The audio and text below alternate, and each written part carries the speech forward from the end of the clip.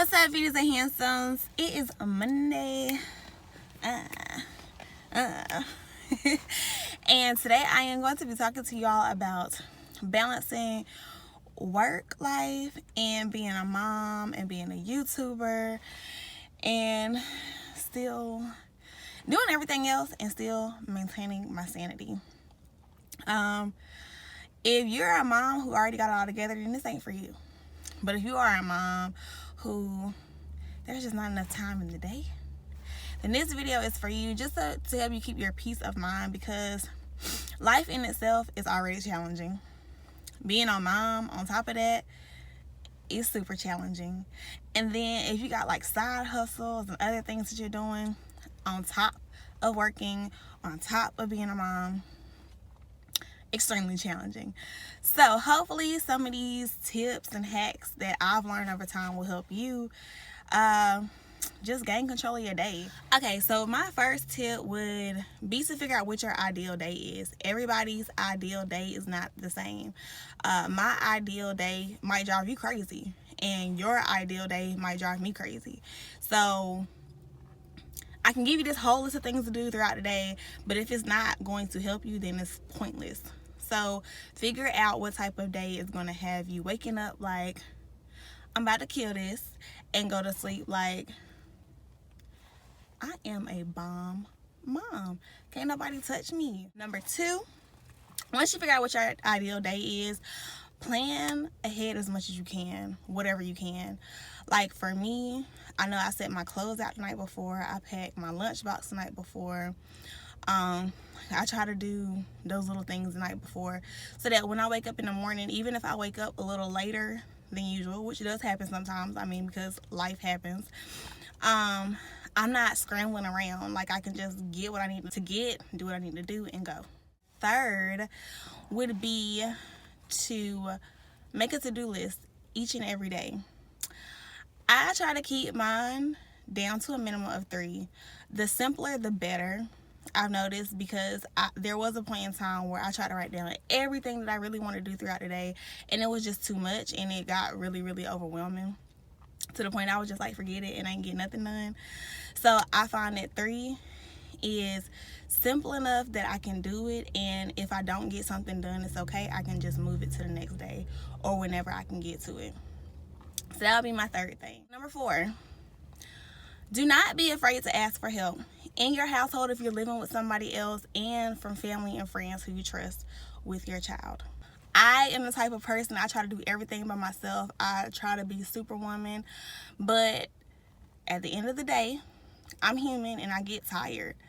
I can't do everything, and there are people that are willing to help if you let them. So don't be afraid to ask for help. Number 5, make time for you. Okay? If you are burnt out in everything else, there is no going to work. There is no taking care of your child. There is no hanging out with friends, family, spending time with your boo. None of that, because you're too tired. You're too burnt out. So make sure you take time for yourself, whether it be going to the nail salon, going to the spa, taking a day trip by yourself, whatever it is. Do something to make yourself happy, and make sure that you take that time for yourself on a consistent basis.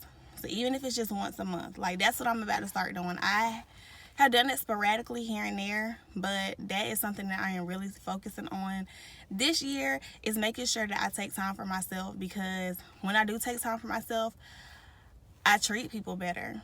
I move different. I'm happier. I'm more patient.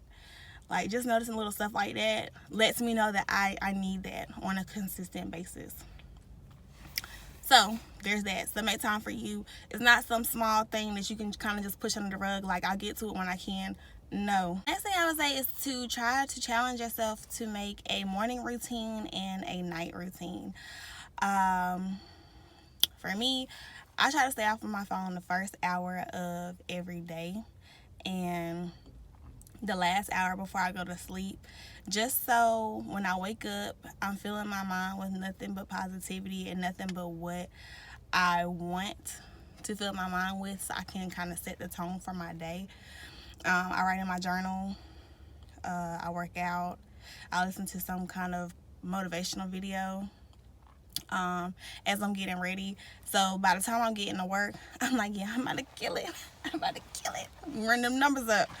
So that's how I start my day. And then when I go to bed, I cut off all my electronics for the last hour, and I'm reading to my daughter.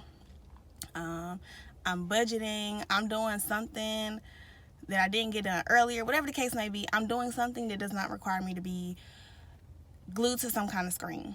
I don't even know what number I'm on at this point. But next, take your time seriously when you go to sleep. If you know me, you know I don't play about my sleep. I'll stop texting back. I won't get on social media. Like, I shut it down. Like, when I go to sleep, I go to sleep. I won't turn my phone off because I've gotten to the point where I can discipline myself enough to go to sleep, close my eyes and everything. But there was a point in time where I would turn everything off. But I can't turn my phone all the way off because that's how I wake up in the morning. So I would shut everything else off, like my data, my Wi-Fi, like everything that would help me communicate with anybody. So to wrap this all up, last but not least, make sure that you are flexible. It's good to prepare. It's good to plan out your day. It's great to have a morning routine, a night routine. It's great to ask for help and everything else. But make sure that you're flexible because life happens. Like, every day is not going to be perfect, and you have to be okay with that. I'm not going to say I have OCD, but I am very particular about my cleanliness. And after having my daughter and living with a man, I have come to learn that it won't always be as clean as I want it to be. I swear it feels like every time I clean something, my daughter is taking stuff out in that same spot, and it annoys me. But at the same time, I'm like, okay, she's a kid, and she cleans up after herself because we don't play those games. So stuff like that used to irk me, like used to throw my whole day out of whack, and I've gotten to the point where it's like, okay, it happens. It happens.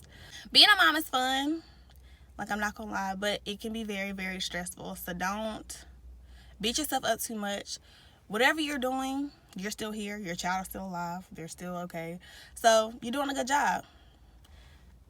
Do what you can, when you can, how you can, and learn as you go. Like, I'm learning as I go. I'm pretty sure there will be more things as I progress throughout this journey of motherhood.